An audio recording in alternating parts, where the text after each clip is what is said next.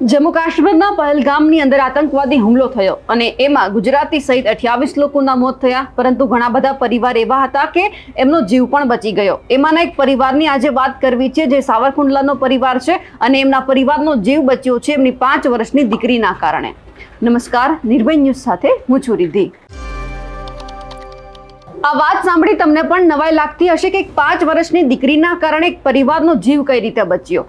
જમ્મુ કાશ્મીરની અંદર લગભગ ઘણા બધા ગુજરાતીઓ એવા હતા કે જે ફરવા માટે ગયા હતા, આજુબાજુના વિસ્તારમાં ફરતા હતા અને એમાંથી ઘણા પરિવારનો પ્લાન એવો પણ હતો કે તેઓ પહેલગામ પણ ફરવા જાય।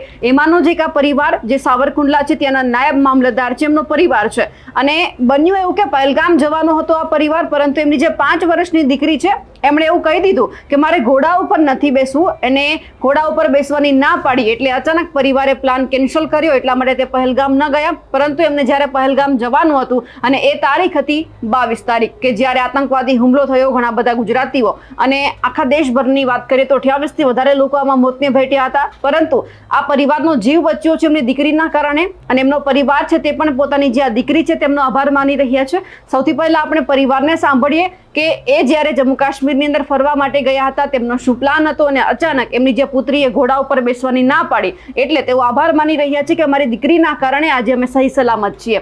આપણે પરિવારને પણ સાંભળીએ। તમે આતંકવાદી હુમલો થયો ત્યારે તમે પહેલગામ હતા ને તમે બચી ગયા છો, શું માનો છો, કઈ રીતે બચ્યા? નામ સાથે બોલો। મારું નામ કૃષ્ણા પાઠક છે।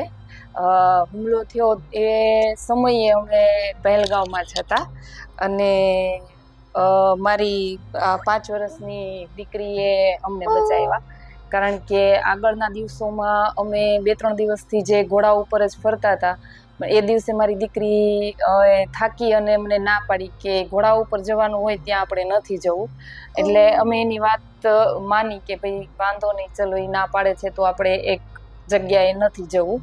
અને અમે ત્યાં આગળ મંદિર હતું, ત્યાં આગળ અમે દર્શન કરવા ગયા અને ત્યારે અમે ઘાયલ માણસોને જોયા, પણ ત્યારે અમને એવું લાગ્યું કે આ ઘોડા ઉપરથી કદાચ પડી ગયા હશે અને અમે એવું જ માનીને આગળ વધ્યા।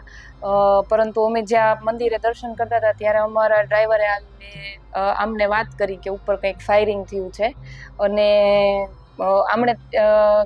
અમને વાત કરી કે ભાઈ આ રીતે કંઈક બનાવ બન્યો છે અને પછી અમે લોકો ત્યાંથી નીકળ્યા।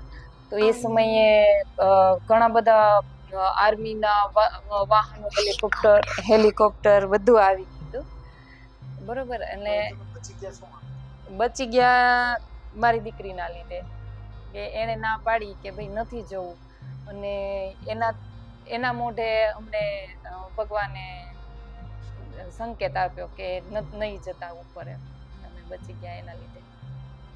કાશ્મીરમાં આતંકવાદી હુમલો થયો ત્યારે તમે પણ પહેલગામમાં હતા, આખી ઘટના કઈ રીતે ઘટી અને તમે બચી કઈ રીતે ગયા? તમારા નામ સાથે વાત કરો છો। મારું નામ કિરીટ પાઠક છે। હાલમાં હું નાયબ મામલતદાર તરીકે ફરજ બજાવું છું। જે દિવસે 22 તારીખે પહેલગામમાં બાયસરન વેલીમાં આતંકવાદી હુમલો થયો તે દિવસે અમે પહેલગામમાં જ હતા, અમે નીચે હતા અને અમે ત્યાં જવાની તૈયારી કરતા હતા। ત્યારે મારી 5 વર્ષની બેબી છે મેશવા, એણે એવું કીધું કે હું 3-4 દિવસથી ઘોડા માથે બેસું છું, હવે મને બીક લાગે છે એટલે હવે હું ઘોડા માથે બેસીશ નહીં। એટલે અમે બંને લોકોએ એની વાત માન્ય રાખી અને ત્યારબાદ બીજા એક મંદિરે અમે દર્શન કરવા ગયા। ત્યારે અમને થોડી વારમાં ખબર પડી કે ઉપર કંઈક આવી રીતે ફાયરિંગની ઘટના બની છે। જ્યારે અમે આ મંદિરે જઈ રહ્યા હતા ત્યારે અમે ઘાયલ લોકોને જોયેલા, પણ ત્યારે અમને ખબર નહોતી કે ખરેખર આ ઉપર આવી મોટો આતંકવાદી હુમલો થયેલો છે। ત્યારબાદ અમારા ડ્રાઈવરે આવી અને અમને વાત કરી કે સાહેબ સારું થયું આપણે ત્યાં ગયા નહીં, નહીતર આ ઘટના બની ત્યારે તમે ન્યા જ હોત। એટલે માત્ર તમારી બેબીએ જે ના પાડી અને એની વાત તમે જે માન્ય રાખી એ તમારા બેબીના હિસાબે તમે બચી ગયા છો, નહીતર તમે આતંકવાદી ઘટનામાં આ જ્યારે બની ત્યારે 100% તમે ન્યા હોત।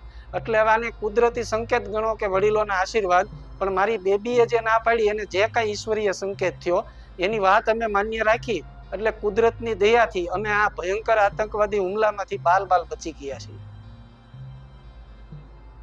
આપણે સાંભળ્યું જે નાયબ મામલતદાર સંદીપ પાઠક છે તેમણે પોતાની આપવીતી જણાવી હતી, પરંતુ અત્યારે તેઓ હેમખેમ પોતાના વતન પહોંચી ગયા છે। આ ઘટના ઉપર આપનું શું કહેવું છે કમેન્ટ કરીને ચોક્કસથી જણાવજો। સાથે જ અમારી નિર્ભય ન્યૂઝ ચેનલને લાઇક, શેર અને સબસ્ક્રાઇબ કરવાનું ભૂલશો નહીં। નમસ્કાર।